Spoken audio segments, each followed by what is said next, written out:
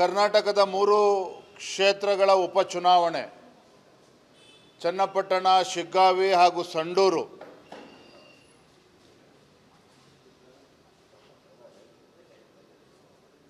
ಮೂರು ಕ್ಷೇತ್ರಗಳಲ್ಲೂ ಶಿಗ್ಗಾವಿಯಾಗಿ ಸಂಡೂರಿನಲ್ಲಿ ನಾವು ಬಿಜೆಪಿ ಗೆದ್ದೇ ಗೆಲ್ತೇವೆ ಅನ್ನೋ ಸಂಪೂರ್ಣ ವಿಶ್ವಾಸ ನಮಗಿತ್ತು. ಚನ್ನಪಟ್ಟಣದಲ್ಲೂ ಕೂಡ ಏನೇ 50-50 ಅಂತ ಹೇಳಿದ್ರು ಕೂಡ ನಿಖಿಲ್ ಕುಮಾರಸ್ವಾಮಿ ಅವರು ದೊಡ್ಡ ಹಂತದಲ್ಲಿ ಗೆಲ್ತಾರೆ ಅನ್ನುವ ವಿಶ್ವಾಸ ಎರಡೂ ಪಕ್ಷಗಳಿಗೆ ಇತ್ತು. ಆದರೂ ಸಹ ಮೂರು ಕ್ಷೇತ್ರಗಳಲ್ಲಿ ನಮಗೆ ಹಿನ್ನಡೆ ಆಗಿದೆ. ಆ ಹಿನ್ನಡೆಗೆ ಕಾರಣಗಳು ಏನು? ಬರೋ ದಿನಗಳಲ್ಲಿ ನಾವು ಕೂತು ವಿಶ್ಲೇಷಣೆಯನ್ನು ಮಾಡ್ತೇವೆ.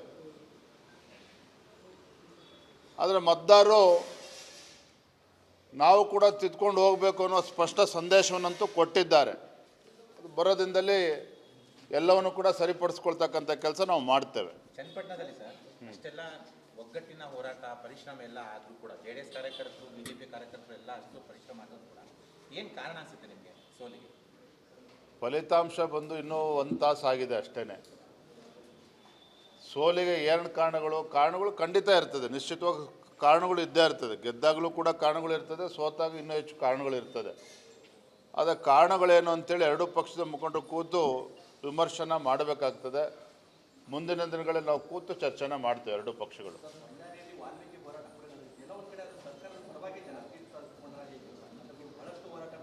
ಹಿಂದೆ ಸಿದ್ದರಾಮಯ್ಯನವರು ಮುಖ್ಯಮಂತ್ರಿಗಳಿದ್ದಾಗ ಕೊನೆಯ 1 ವರ್ಷ ಇದ್ದಾಗ ನಂಜನಗೂಡು ಮತ್ತು ಗುಂಡಲಪೇಟೆ ವಿಧಾನಸಭಾ ಕ್ಷೇತ್ರಗಳ ಉಪಚುನಾವಣೆ ನಡೆಯಿತು. ಎರಡೂ ಕ್ಷೇತ್ರದಲ್ಲೂ ಕೂಡ ಕಾಂಗ್ರೆಸ್ ಪಕ್ಷ ಗೆಲ್ತು. ಆದರೆ ಅದಾದ 10 ತಿಂಗಳಲ್ಲಿ ಏನೋ ಸಾರ್ವತ್ರಿಕ ಚುನಾವಣೆ ಆಯಿತು, ಅದೇ ಜನ ಅವ್ರಿಗೆ ಧಿಕ್ಕರಿಸಿದ್ರು.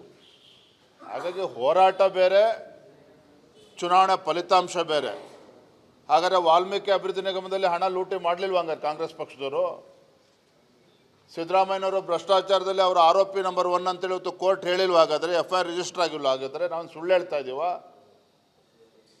ಈ ಚುನಾವಣೆಯ ಸೋಲು ನಾವೇನು ಹತಾಶರಾಗಿಲ್ಲ, ಅದರ ನಿರೀಕ್ಷೆ ಇಟ್ಕೊಂಡಿದ್ವಿ. ಗೆಲ್ತೇವೆ, 3 ಕ್ಷೇತ್ರದಲ್ಲಿ ಗೆಲ್ತೇವೆ ಅಂತೇಳಿ ನಾವು ನಿರೀಕ್ಷೆನ ಇಟ್ಕೊಂಡಿದ್ವಿ. ಆದರೆ 3 ಕ್ಷೇತ್ರದಲ್ಲಿ ನಾವು ಸೋತಿದ್ದೇವೆ ಅಂತ ಹೇಳಿದ್ರೆ ಅದರಿಂದ ನಾವಾಗಲಿ ನಮ್ಮ ಕಾರ್ಯಕರ್ತರಾಗಲಿ ಹತಾಶ ಆಗ್ತಕ್ಕಂಥ ಪ್ರಶ್ನೆ ಇಲ್ಲ. ನಾವು ಇನ್ನೂ ಕೂಡ ಧೈರ್ಯವಾಗಿ ಮುನ್ನುಗ್ತೇವೆ. ಈ ಭ್ರಷ್ಟ ಕಾಂಗ್ರೆಸ್ ಸರ್ಕಾರದ ಬಂಡವಾಳವನ್ನು ಬಯಲಿಗೆ ಎಳಿತಕ್ಕಂಥ ಕೆಲಸವನ್ನು ಮಾಡ್ತೇವೆ. ಈ ಸರ್ಕಾರದ ಕಿವಿ ಹಿಡ್ತಕ್ಕಂಥ ಕೆಲಸ ಒಂದು ವಿರೋಧ ಪಕ್ಷವಾಗಿ ಮಾಡ್ತಕ್ಕಂಥ ನಮ್ಮ ಕರ್ತವ್ಯ ಇದೆ, ಅದನ್ನು ನಾವು ಮಾಡ್ತೇವೆ. ಚನ್ನಪಟ್ಟಣದಲ್ಲಿ ಸ್ವಯಂ ಪ್ರೇರಿತ ತಪ್ಪುಗಳಾಗಿದೆ ಅಂತ ಅನ್ಸುತ್ತೆ ಸರ್. ಯೋಗೇಶ್ವರ್ ಅವರಿಗೆ ಇಲ್ಲ ಬಿಜೆಪಿಯಿಂದ ಟಿಕೆಟ್ ಕೊಡ್ಬೋದಿತ್ತು, JDS ಇಂದ ಟಿಕೆಟ್ ಕೊಡ್ಬೋದಿತ್ತು, ಆದರೂ ಕೊಡಲಿಲ್ಲ. ಕುಮಾರಸ್ವಾಮಿ ಕೊಡ್ಬೋದಿತ್ತು, ತಗೋಬೋದಿತ್ತು. ಎಲ್ಲ ಒತ್ತುಗಳ ಬಗ್ಗೆ ಮುಂದಿನ ದಿನಗಳಲ್ಲಿ ಹೆಚ್ಚು ಒತ್ತನ್ನು ಕೊಟ್ಟು ನಾವು ಚರ್ಚೆ ಮಾಡ್ತೀವಿ. ಶಿಗ್ಗಾವಿ ವಿಚಾರದಲ್ಲಿ ಎಲ್ಲೋ ಬೊಮ್ಮಾಯಿ ಅವರು ಒಂಟಿ ಹೋರಾಟ ಆಗೋಯ್ತಾ ಅಲ್ಲಿ? ಇಲ್ಲ ರೀ, ಆ ರೀತಿಯೇನಿಲ್ಲ. ಬಸವರಾಜ ಬೊಮ್ಮಾಯಿರೊಬ್ಬರು ಮಾಜಿ ಮುಖ್ಯಮಂತ್ರಿಗಳು ಹಿರಿಯರಿದ್ದಾರೆ, ಸಾಕಷ್ಟು ಅಭಿವೃದ್ಧಿ ಕೆಲಸ ಕಾರ್ಯಗಳ ಆ ಕ್ಷೇತ್ರದಲ್ಲೂ ಕೂಡ ಮಾಡಿದ್ದಾರೆ. ಆದರೆ ಇಟ್ಸ್ ಶಾಕಿಂಗ್, ನಾವು ಒಪ್ಕೊಳ್ತೇನೆ. ಶಿಗ್ಗಾವಿ ನಾವು ಯಾರೂ ಕೂಡ ನಿರೀಕ್ಷೆನ ಮಾಡಿರಲಿಲ್ಲ. ಭಾಳ ಅನಾಯಾಸವಾಗಿ ನಾವು ಗೆಲ್ತೇವೆ ಅಂತೇಳಿ ನಾವು ಭಾವಿಸಿದ್ವಿ. ಎಲ್ಲ ಒಂದು ಕಡೆ ನಮ್ಮ ಅತಿಯಾದಂಥ ಆತ್ಮವಿಶ್ವಾಸವೂ ಕೂಡ ಅದಕ್ಕೆ ಕಾರಣ ಆಗಿರ್ಬೋದು. ಆದರೆ ಬೊಮ್ಮಾಯಿಯವರು ಒಬ್ಬಂಟಿ ಆಗಿದ್ದರು, ಪ್ರಶ್ನೆನೇ ಇಲ್ಲ. ಯಡಿಯೂರಪ್ಪನವರು ಕೂಡ 2-3 ದಿನಗಳ ಕಾಲ ಹೋಗಿದ್ದರು, ಸೋಮಣ್ಣ ಅವರು ಹೋಗಿದ್ರು, ಎಲ್ಲ ಪಕ್ಷದ ಹಿರಿಯ ಮುಖಂಡರು ಹೋಗಿದ್ರು. ಅದು ಪ್ರಶ್ನೆ ಅಲ್ಲ. ಕಾರಣಗಳೇನು ಅಂತೇಳಿ ಕೂತು ಚರ್ಚೆ ಮಾಡ್ತೇನೆ. ನಾನು ರಾಜ್ಯದ ಅಧ್ಯಕ್ಷ ನಾನೇ ತಗೊಳ್ತೇನೆ. ರಾಜ್ಯದ ಅಧ್ಯಕ್ಷನಾಗಿ ಸೋಲಿನ ಜವಾಬ್ದಾರಿಯನ್ನು ಹೊರಲೇಬೇಕಾಗ್ತದೆ. ಅದನ್ನು ಹೊರ್ತೇನೆ, ಸರಿಪಡಿಸ್ಕೊಳ್ತಕ್ಕಂಥ ಕೆಲಸ ಮಾಡ್ತೇವೆ.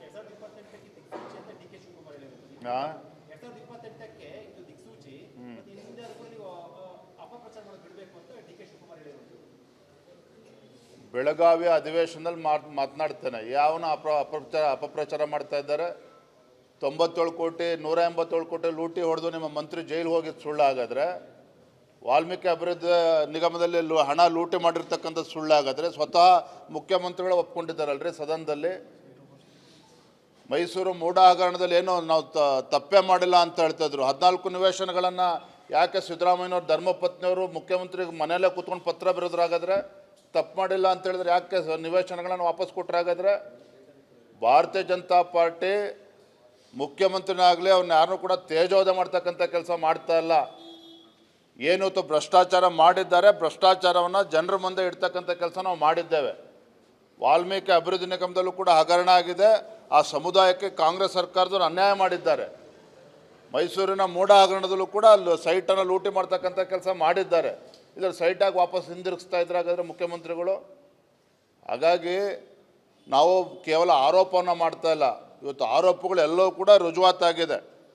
ಒಂದು ಒಪ್ಕೊಳ್ತೇನೆ, ಅತಿ ಶೀಘ್ರದಲ್ಲೇ ಲೋಕಾಯುಕ್ತರು ಸಿದ್ದರಾಮಯ್ಯನವರು ನಿರಪರಾಧಿ ಅಂತೇಳಿ ಕ್ಲೀನ್ ಚಿಟ್ ಕೊಡ್ತಾರೆ. ನಿಮ್ಗೆ ಯಾವುದೇ ರೀತಿ ಅನುಮಾನ ಬೇಡ. ಮೂಡ ಪ್ರಕರಣದಲ್ಲಿ ಯಾವಾಗ ಸಿದ್ದರಾಮಯ್ಯನವರ ಬಾಮೈದ ರಾತ್ರಿ ಹೋಗಿ ತನಿಖಾಧಿಕಾರಿಗಳನ್ನು ಭೇಟಿ ಮಾಡಿ ಬರ್ತಾರೆ, ನಾನು ಹತಾಶನಾಗಿ ಮಾತನ್ನು ಹೇಳ್ತಾ ಇಲ್ಲ, ಎಲ್ಲದೂ ಕೂಡ ಇವತ್ತು ಬಹಿರಂಗ ಆಗಿದೆ. ಹಾಗಾಗಿ ಚುನಾವಣೆ ಗೆದ್ದಿದ್ದೇವೆ, ನಮಗೆ ಹಿನ್ನಡೆ ಆಗಿದೆ, ಒಪ್ಕೊಳ್ತೇನೆ ಹಿನ್ನಡೆ ಆಗಿದೆ. ರಾಜ್ಯದ ಅಧ್ಯಕ್ಷ ಜವಾಬ್ದಾರಿ ತೊಗೊತೀರ, ಖಂಡಿತವಾಗಿ ನಾನು ಜವಾಬ್ದಾರಿ ತೆಗೆದುಕೊಳ್ತೇನೆ. ಸರಿಪಡಿಸ್ಕೊಳ್ತಕ್ಕಂಥ ಕೆಲಸ ನಾವೆಲ್ಲ ಮುಖಂಡರು ಸೇರಿ ಮಾಡಬೇಕಾಗಿದೆ, ಅದು ಮಾಡ್ತೇವೆ ಮುಂದಿನ ದಿನಗಳಲ್ಲಿ. ಈ ಸೋಲಿನಲ್ಲಿ ಪಾಠ ಕಲಿತಕ್ಕಂಥದ್ದು ಅನೇಕ ಪಾಠಗಳಿದೆ, ಕಲಿಬೇಕಾಗ್ತದೆ. ನಾವು ಕೂಡ ಎಲ್ಲರೂ ಕೂಡ ಅದಕ್ಕೆ ಕೈ ಜೋಡಿಸ್ಬೇಕಾಗ್ತದೆ. ಹಾಗಾಗಿ ಚುನಾವಣೆ ಗೆದ್ದಿದ್ದೇವೆ ಅಂತ ಹೇಳಿದ್ರೆ ಅವ್ರು ಅಪರಾಧ ಮಾಡಿಲ್ಲ ಅಂತೇನಿಲ್ಲ. ಆಡಳಿತ ಪಕ್ಷದವರ ನಡವಳಿಕೆಗಳು, ಅವ್ರ ತೀರ್ಮಾನಗಳು, ನಿರ್ಧಾರಗಳು ದಿನನಿತ್ಯ ಹೊತ್ತು ಬಡವರಿಗೆ ಹೊತ್ತು ಬರೆ ಎಳಿತಕ್ಕಂಥ ಕೆಲಸ ಕಾಂಗ್ರೆಸ್ ಸರ್ಕಾರದವ್ರು ಮಾಡ್ತಾ ಇದ್ದಾರೆ. ಏನಣ್ಣ ತಂದೆ ಮಗ ಕಾರಣ ಸೋಲಿಗೆ ಅಂತ ಯತ್ನಾಳ್ ಅವರು ಈಗ ನಾಯಕತ್ವವನ್ನು ಒಪ್ಪಿಲ್ಲ. ವಿಜೇಂದ್ರ ಮತ್ತು ಯಡಿಯೂರಪ್ಪನವರು ಒಳ ಒಪ್ಪಂದ ಮಾಡ್ಕೊಂಡಾಗಿ 3 ಸೋಲಾಯಿತು ಅಂತ ಯತ್ನಾಳ್ ಅವರು ಮಾಡಿರುವಂಥ ಆರೋಪ. ಈಗ ಉತ್ತರ ಮಾಡ್ತೀರಾ? ಈ ರೀತಿ ಏನೋ ಹಗುರವಾಗಿ ಮಾತನಾಡ್ತಾರೆ, ಇದು ಸಹಿಸ್ಕೊಳ್ತಕ್ಕಂಥ ಪ್ರಶ್ನೆನಲ್ಲ. ಕಾರ್ಯಕರ್ತರು ತೂಚಿ ಅಂತ ಉಗಿತಾರೆ ಈ ರೀತಿ ಮನಬಂದಂತೆ ಮಾತನಾಡ್ತಾ ಇದ್ದಾರೆ. ನಮ್ಮದೊಂದು ರಾಷ್ಟ್ರೀಯ ಪಕ್ಷ ಇದೆ, ಅವರೊಬ್ಬರು ಕೇಂದ್ರದ ಸಚಿವರಾಗಿ ಕೆಲಸ ಮಾಡಿರ್ತಕ್ಕಂಥವ್ರು. ಇನ್ಮೇಲಾದರೂ ಹಗುರವಾಗಿ ಮಾತನಾಡೋದನ್ನು ಬಿಟ್ಟು ಕಾರ್ಯಕರ್ತರಿಗೆ ನೋವಾಗದ ರೀತಿಯಲ್ಲಿ ಸಂಘಟನೆಗೆ ಪೂರ್ವಕವಾಗಿ ಕೆಲಸ ಮಾಡ್ತಕ್ಕಂಥ ಒಳ್ಳೆ ಕೆಲಸ ಮಾಡೋದಕ್ಕೆ ಸಾಧ್ಯ ಇದ್ದರೆ ಮಾಡಲಿ. ಈ ರೀತಿ ಹಗುರವಾಗಿ ಮಾತನಾಡೋದನ್ನು ಬಿಡಬೇಕು ಅವರು ಕೂಡ. ಥ್ಯಾಂಕ್ ಯು, ಧನ್ಯವಾದ. ಕರ್ನಾಟಕದ 3 ಕ್ಷೇತ್ರಗಳ ಉಪಚುನಾವಣೆ ಚನ್ನಪಟ್ಟಣ, ಶಿಗ್ಗಾವಿ ಹಾಗೂ ಸಂಡೂರು.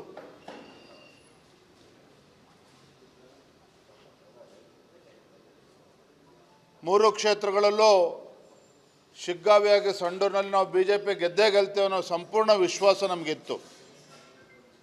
ಚನ್ನಪಟ್ಟಣದಲ್ಲೂ ಕೂಡ ಏನೇ 50-50 ಅಂತ ಹೇಳಿದ್ರು ಕೂಡ ನಿಖಿಲ್ ಕುಮಾರಸ್ವಾಮಿ ಅವರು ದೊಡ್ಡ ಹಂತದಲ್ಲಿ ಗೆಲ್ತಾರೆ ಅನ್ನುವ ವಿಶ್ವಾಸ ಎರಡೂ ಪಕ್ಷಗಳಿಗೆ ಇತ್ತು. ಆದರೂ ಸಹ 3 ಕ್ಷೇತ್ರಗಳಲ್ಲಿ ನಮಗೆ ಹಿನ್ನಡೆ ಆಗಿದೆ.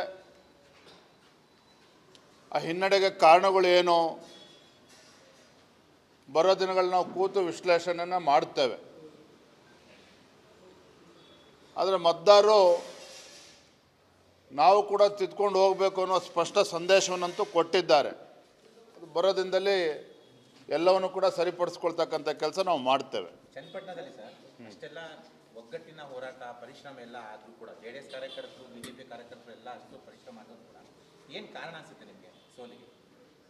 ಫಲಿತಾಂಶ ಬಂದು ಇನ್ನೂ 1 ತಾಸು ಆಗಿದೆ ಅಷ್ಟೇ. ಸೋಲಿಗೆ ಏನು ಕಾರಣಗಳು ಖಂಡಿತ ಇರ್ತದೆ, ನಿಶ್ಚಿತವಾಗಿ ಕಾರಣಗಳು ಇದ್ದೇ ಇರ್ತದೆ. ಗೆದ್ದಾಗಲೂ ಕೂಡ ಕಾರಣಗಳು ಇರ್ತದೆ, ಸೋತಾಗ ಇನ್ನೂ ಹೆಚ್ಚು ಕಾರಣಗಳು ಇರ್ತದೆ. ಆದರೆ ಕಾರಣಗಳೇನು ಅಂತೇಳಿ ಎರಡೂ ಪಕ್ಷದ ಮುಖಂಡರು ಕೂತು ವಿಮರ್ಶನ ಮಾಡಬೇಕಾಗ್ತದೆ. ಮುಂದಿನ ದಿನಗಳಲ್ಲಿ ನಾವು ಕೂತು ಚರ್ಚೆನ ಮಾಡ್ತೇವೆ ಎರಡೂ ಪಕ್ಷಗಳು.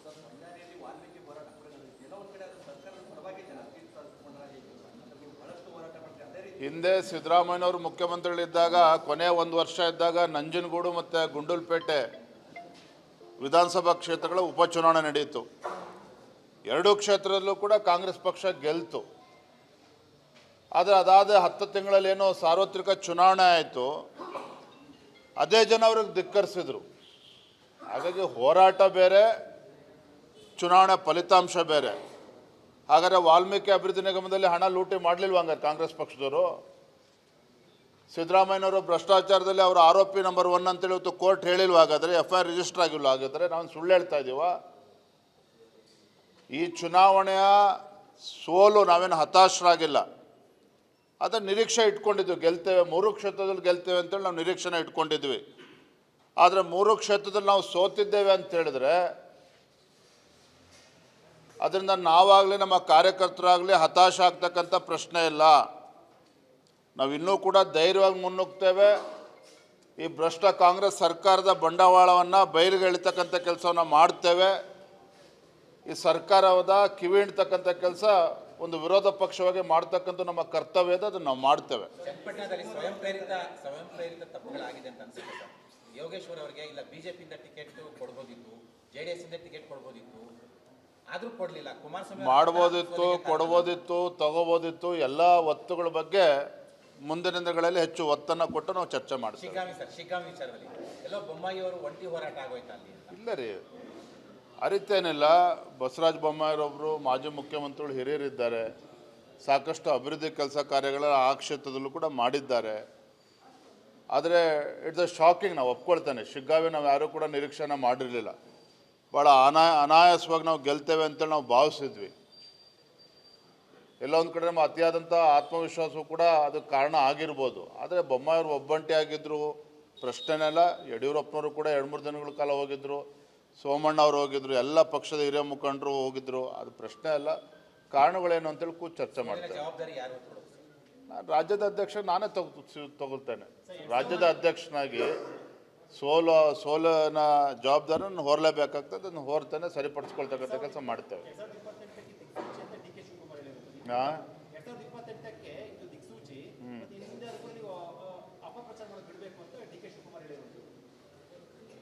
ಬೆಳಗಾವಿ ಅಧಿವೇಶನದಲ್ಲಿ ಮಾತನಾಡ್ತೇನೆ. ಯಾವನ ಅಪಪ್ರಚಾರ ಮಾಡ್ತಾ ಇದ್ದಾರೆ.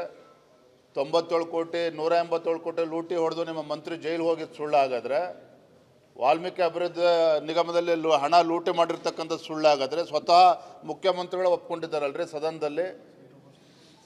ಮೈಸೂರು ಮೂಢ ಹಗರಣದಲ್ಲಿ ಏನೋ ನಾವು ತಪ್ಪೇ ಮಾಡಿಲ್ಲ ಅಂತ ಹೇಳ್ತಾಯಿದ್ರು. 14 ನಿವೇಶನಗಳನ್ನು ಯಾಕೆ ಸಿದ್ದರಾಮಯ್ಯನವ್ರ ಧರ್ಮಪತ್ನಿಯವರು ಮುಖ್ಯಮಂತ್ರಿ ಮನೆಯಲ್ಲೇ ಕೂತ್ಕೊಂಡು ಪತ್ರ ಬರೆದ್ರಾಗಾದ್ರೆ, ತಪ್ಪು ಮಾಡಿಲ್ಲ ಅಂತ ಹೇಳಿದ್ರೆ ಯಾಕೆ ನಿವೇಶನಗಳನ್ನು ವಾಪಸ್ ಕೊಟ್ಟರಾಗಾದ್ರೆ? ಭಾರತೀಯ ಜನತಾ ಪಾರ್ಟಿ ಮುಖ್ಯಮಂತ್ರಿನಾಗಲಿ ಅವ್ರನ್ನ ಯಾರನ್ನೂ ಕೂಡ ತೇಜೋವಧೆ ಮಾಡ್ತಕ್ಕಂಥ ಕೆಲಸ ಮಾಡ್ತಾ ಇಲ್ಲ. ಏನು ಭ್ರಷ್ಟಾಚಾರ ಮಾಡಿದ್ದಾರೆ, ಭ್ರಷ್ಟಾಚಾರವನ್ನು ಜನರ ಮುಂದೆ ಇಡ್ತಕ್ಕಂಥ ಕೆಲಸ ನಾವು ಮಾಡಿದ್ದೇವೆ. ವಾಲ್ಮೀಕಿ ಅಭಿವೃದ್ಧಿ ನಿಗಮದಲ್ಲೂ ಕೂಡ ಹಗರಣ ಆಗಿದೆ. ಆ ಸಮುದಾಯಕ್ಕೆ ಕಾಂಗ್ರೆಸ್ ಸರ್ಕಾರದವರು ಅನ್ಯಾಯ ಮಾಡಿದ್ದಾರೆ. ಮೈಸೂರಿನ ಮೂಢ ಹಗರಣದಲ್ಲೂ ಕೂಡ ಅಲ್ಲಿ ಸೈಟನ್ನು ಲೂಟಿ ಮಾಡ್ತಕ್ಕಂಥ ಕೆಲಸ ಮಾಡಿದ್ದಾರೆ. ಇದರ ಸೈಟಾಗಿ ವಾಪಸ್ ಹಿಂದಿರುಗಿಸ್ತಾ ಇದ್ರಾಗಾದ್ರೆ ಮುಖ್ಯಮಂತ್ರಿಗಳು. ಹಾಗಾಗಿ ನಾವು ಕೇವಲ ಆರೋಪವನ್ನು ಮಾಡ್ತಾ ಇಲ್ಲ, ಇವತ್ತು ಆರೋಪಗಳು ಎಲ್ಲವೂ ಕೂಡ ರುಜುವಾತಾಗಿದೆ. ಹಾಂ, ಒಂದು ಒಪ್ಕೊಳ್ತೇನೆ, ಅತಿ ಶೀಘ್ರದಲ್ಲೇ ಲೋಕಾಯುಕ್ತರು ಸಿದ್ದರಾಮಯ್ಯನವರು ನಿರಪರಾಧಿ ಅಂತೇಳಿ ಕ್ಲೀನ್ ಚಿಟ್ ಕೊಡ್ತಾರೆ. ನಿಮ್ಗೆ ಯಾವುದೇ ರೀತಿ ಅನುಮಾನ ಬೇಡ. ಮೂಢ ಪ್ರಕರಣದಲ್ಲಿ ಯಾವಾಗ ಸಿದ್ದರಾಮಯ್ಯನವರ ಬಾಮೈದ ರಾತ್ರಿ ಹೋಗಿ ತನಿಖಾಧಿಕಾರಿಗಳನ್ನು ಭೇಟಿ ಮಾಡಿ ಬರ್ತಾರೆ. ನಾನು ಹತಾಶನಾಗಿ ಮಾತನ್ನು ಹೇಳ್ತಾ ಇಲ್ಲ, ಎಲ್ಲದೂ ಕೂಡ ಇವತ್ತು ಬಹಿರಂಗ ಆಗಿದೆ. ಹಾಗಾಗಿ ಚುನಾವಣೆ ಗೆದ್ದಿದ್ದೇವೆ, ನಮಗೆ ಹಿನ್ನಡೆ ಆಗಿದೆ, ಒಪ್ಕೊಳ್ತೇನೆ, ಹಿನ್ನಡೆ ಆಗಿದೆ. ರಾಜ್ಯದ ಅಧ್ಯಕ್ಷ ಜವಾಬ್ದಾರಿ ತೊಗೊತೀರ, ಖಂಡಿತವಾಗಿ ನಾನು ಜವಾಬ್ದಾರಿ ತೆಗೆದುಕೊಳ್ತೇನೆ. ಸರಿಪಡಿಸ್ಕೊಳ್ತಕ್ಕಂಥ ಕೆಲಸ ನಾವೆಲ್ಲ ಮುಖಂಡರು ಸೇರಿ ಮಾಡಬೇಕಾಗಿದೆ, ಅದು ಮಾಡ್ತೇವೆ ಮುಂದಿನ ದಿನಗಳಲ್ಲಿ. ಈ ಸೋಲಿನಲ್ಲಿ ಪಾಠ ಕಲಿತಕ್ಕಂಥದ್ದು ಅನೇಕ ಪಾಠಗಳಿದೆ, ಕಲಿಬೇಕಾಗ್ತದೆ. ನಾವು ಕೂಡ ಎಲ್ಲರೂ ಕೂಡ ಅದಕ್ಕೆ ಕೈ ಜೋಡಿಸ್ಬೇಕಾಗ್ತದೆ. ಹಾಗಾಗಿ ಚುನಾವಣೆ ಗೆದ್ದಿದ್ದೇವೆ ಅಂತೇಳಿದ್ರೆ ಅವ್ರನ್ನ ಅಪರಾಧ ಮಾಡಿಲ್ಲ ಅಂತೇನಿಲ್ಲ. ಆಡಳಿತ ಪಕ್ಷದವರ ನಡವಳಿಕೆಗಳು, ಅವ್ರ ತೀರ್ಮಾನಗಳು, ನಿರ್ಧಾರಗಳು ದಿನನಿತ್ಯ ಹೊತ್ತು ಬಡವರಿಗೆ ಹೊತ್ತು ಬರೆ ಎಳಿತಕ್ಕಂಥ ಕೆಲಸ ಕಾಂಗ್ರೆಸ್ ಸರ್ಕಾರದವ್ರು ಮಾಡ್ತಾ ಇದ್ದಾರೆ. ಏನಣ್ಣ ತಂದೆ ಮಗ ಕಾರಣ ಸೋಲಿಗೆ ಅಂತ ಯತ್ನಾಳ್ ಅವರು ಈಗ ನಾಯಕತ್ವವನ್ನು ಒಪ್ಪಿಲ್ಲ. ವಿಜೇಂದ್ರ ಮತ್ತು ಯಡಿಯೂರಪ್ಪನವರು ಒಳ ಒಪ್ಪಂದ ಮಾಡ್ಕೊಂಡಾಗ 3 ಸೋಲಾಯಿತು ಅಂತ ಯತ್ನಾಳ್ ಅವರು ಮಾಡಿರುವಂಥ ಆರೋಪ. ಈಗ ಉತ್ತರ ಮಾಡ್ತೀರಾ? ಈ ರೀತಿ ಏನು ಹಗುರವಾಗಿ ಮಾತನಾಡ್ತಾರೆ, ಇದು ಸಹಿಸ್ಕೊಳ್ತಕ್ಕಂಥ ಪ್ರಶ್ನೆನಲ್ಲ. ಕಾರ್ಯಕರ್ತರು ತೂಚಿ ಅಂತ ಉಗಿತಾರೆ ಈ ರೀತಿ ಮನಬಂದಂತೆ ಮಾತನಾಡ್ತಾ ಇದ್ದಾರೆ. ನಮ್ಮದೊಂದು ರಾಷ್ಟ್ರೀಯ ಪಕ್ಷ ಇದೆ, ಅವರೊಬ್ಬರು ಕೇಂದ್ರದ ಸಚಿವರಾಗಿ ಕೆಲಸ ಮಾಡಿರ್ತಕ್ಕಂಥವ್ರು. ಇನ್ಮೇಲಾದರೂ ಹಗುರವಾಗಿ ಮಾತನಾಡೋದನ್ನು ಬಿಟ್ಟು ಕಾರ್ಯಕರ್ತರಿಗೆ ನೋವಾಗದ ರೀತಿಯಲ್ಲಿ ಸಂಘಟನೆಗೆ ಪೂರ್ವಕವಾಗಿ ಕೆಲಸ ಮಾಡ್ತಕ್ಕಂಥ ಒಳ್ಳೆ ಕೆಲಸ ಮಾಡೋದಕ್ಕೆ ಸಾಧ್ಯ ಇದ್ದರೆ ಮಾಡಲಿ. ಈ ರೀತಿ ಹಗುರವಾಗಿ ಮಾತನಾಡೋದನ್ನು ಬಿಡಬೇಕು ಅವರು ಕೂಡ. ಥ್ಯಾಂಕ್ ಯು, ಧನ್ಯವಾದ.